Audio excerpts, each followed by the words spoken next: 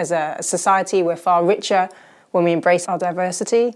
And that was a key reason why I set up Step Change Studios, because I felt there weren't opportunities for disabled people to be included, particularly in the Latin and ballroom dance genre. And I knew I could do something about it, and so I set up Step Change Studios.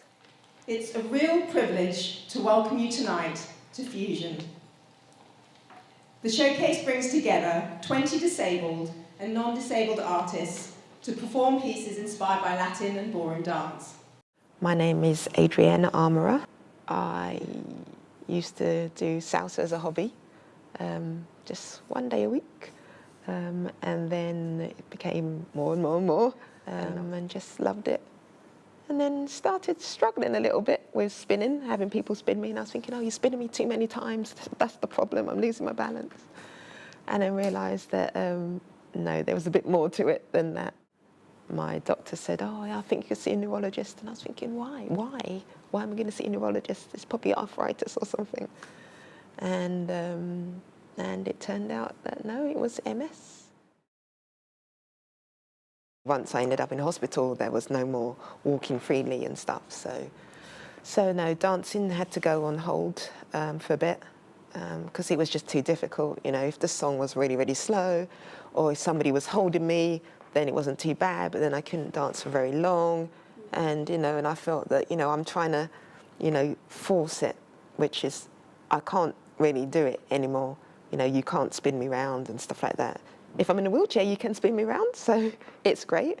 Even my 8-year-old can spin me around in a wheelchair as well, which is lovely. And she loves seeing me in the wheelchair and dancing and stuff, and she likes to join in and, oh, can I help you? Can I spin you around? I'm like, no, it's not a toy.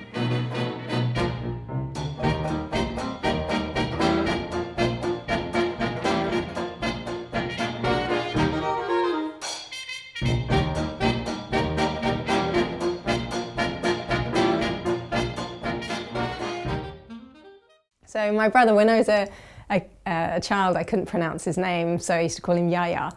And he has severe autism, he's non-verbal, he has learning disabilities, and music was just a fantastic way for us to connect.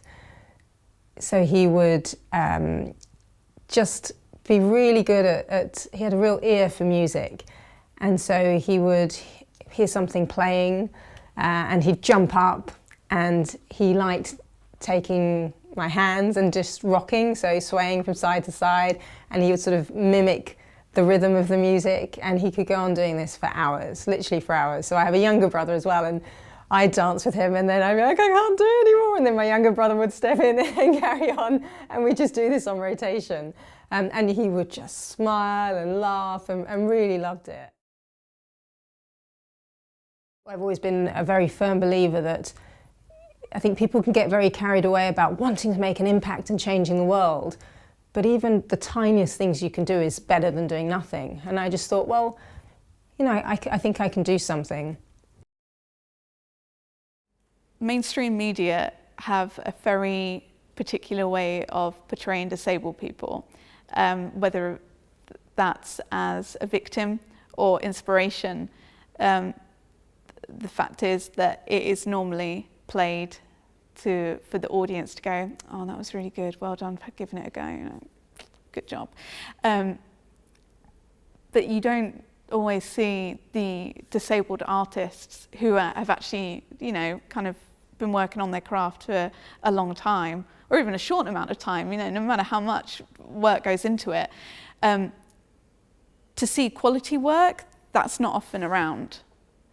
And it's particularly frustrating. I work as an actor as well, and the writing of a lot of disabled characters is kind of painful because they get so trapped in writing a disabled story that they forget about the rest of the story. And for me, I don't say, hi, I'm Amy, I'm in a wheelchair. I just say, hi, I'm Amy. And I think that's what Fusion did. It kind of went, we've kind of got a mixture of disabilities here and people that aren't disabled, but the main story is the work. And I think that's what people kind of came away thinking, oh gosh, yeah, they're disabled, but guys, what about the rest of it? I got lost in the So I think that is the biggest fight that we've got to continue doing, continue fighting, is making sure that it's mainstream and not just inclusive, or, you know, with the tagline disability all the time.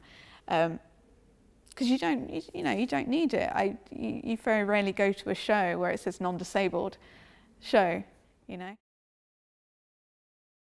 My name's Josh Giles. I'm the Director of Learning and Engagement at Sadler's Wells, and I just want to welcome on Rashmi Becker, who's the producer of Fusion and the founder of Steps Change Studios.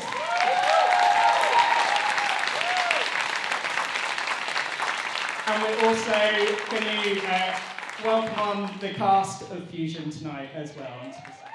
Sadler's Wells first came across Rashmi in March 2017 through East London Dance and a ideas summit that East London Dance were running. And Rashmi pitched her idea for Step Change Studios, and we were just blown away by her enthusiasm and passion for really challenging perceptions about who can dance.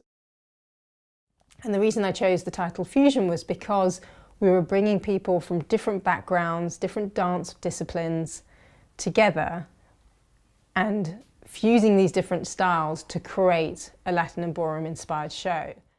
That really chimed with our philosophy. So yeah, we were really keen to be able to work with her.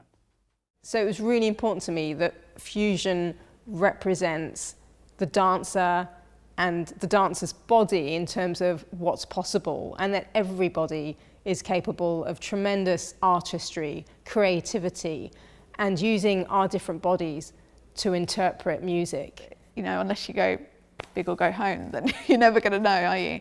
And what was brilliant is it happened and everyone loved it.